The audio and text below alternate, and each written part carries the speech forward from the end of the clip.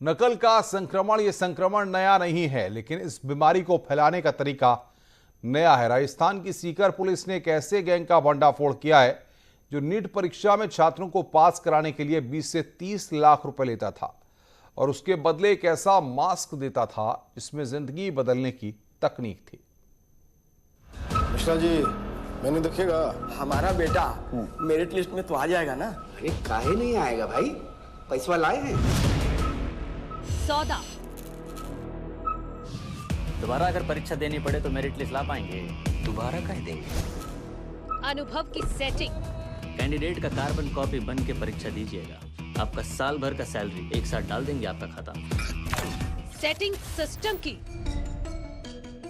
Pendant में बोलो, कान से सुनो। अब चश्मे का बाईं ओर का बटन दबाइए, इसे स्कैनर कहते हैं। कितना चाहिए, कौन सा चाहिए?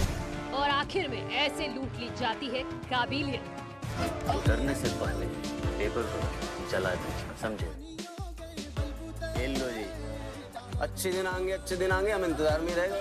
अच्छे दिन तो तुम्हारे चल रहे हैं, जोरों पे चल रहा है सेटिंग का काम। डायलॉग और सीन भले ही फिल्मी हो, लेकिन असल में सेटिंग का काम ऐसे ही चलता है और मेहनती लड़कों के हक पर सेंटर्स ऐसे ही डाका डाल देते हैं।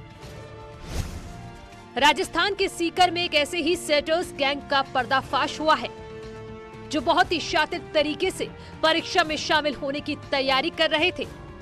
अगर उन्हें वक्त पर नहीं पकड़ा गया होता तो कई छात्रों की मेहनत का फल सेटिंग के जरिए लूट लेते।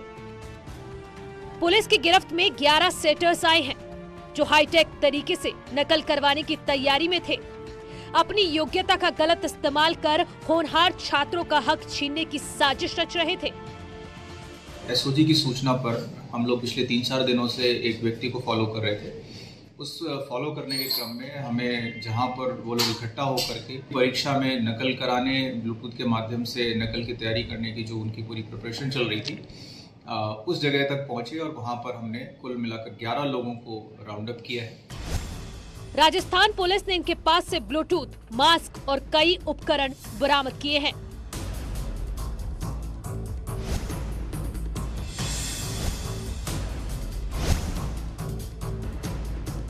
इस मास्क में ब्लूटूथ फिट किया गया था और इसी के जरिए नकल कराने की तैयारी थी। नीट परीक्षा पास करवाने वाले इस गिरोह में एमबीबीएस और नर्सिंग के छात्र शामिल हैं। गिरफ्तार आरोपियों ने साल 2016 में नीट परीक्षा की तैयारी की थी, लेकिन खुद पास नहीं कर पाए और नर्सिंग में एडमिशन ले लिया। लेकिन मोटी रकम लेकर ये दूसरों को पास कराने का काम करते थे।